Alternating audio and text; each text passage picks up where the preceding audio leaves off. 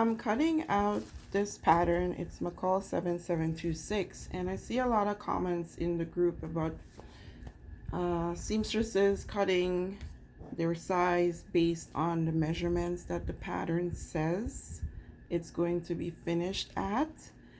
And I just wanted to say that it's very important for me, and it probably will help you too, if you were to measure your individual pattern pieces before you cut your fabric.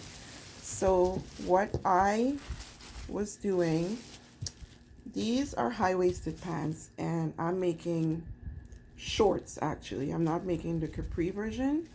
And let me just adjust my camera. This is, my fan is on, so it's blowing my pattern piece. Hold on. This is the back of the pants. And I know that I want my back leg to be finished at 16.5. Then I need to add seam allowance to it, which is 17.5. So what you need to do, it's very important that you know what your measurements are and what you need it to be finished at, what you're comfortable with, and you measure that against the tissue. I do not make muslins. This is my technique. So I am going to measure, let me put my camera down, from the edge here to the other end, and I will show you what it's measured at. So it's measured at 17.5, and that's exactly what I want for my back leg. I do the same thing for my hip. So my hip is 48.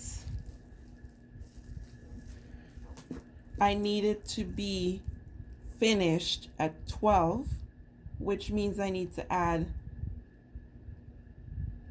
1 inch seam allowance to the back. Remember, this is just 1/4 of my pattern. 12 times 4 is 48 inches, and I need to add seam allowance. So this pattern as it is right now is at 12.5. So I need to add 1/2 inch extra when I'm cutting my fabric so that I know it's gonna fit me. And I do the same thing for the waist. So that's just a little tip on how to get your patterns to fit. Measure your individual pattern pieces and compare it with your body measurements before you cut your fabric.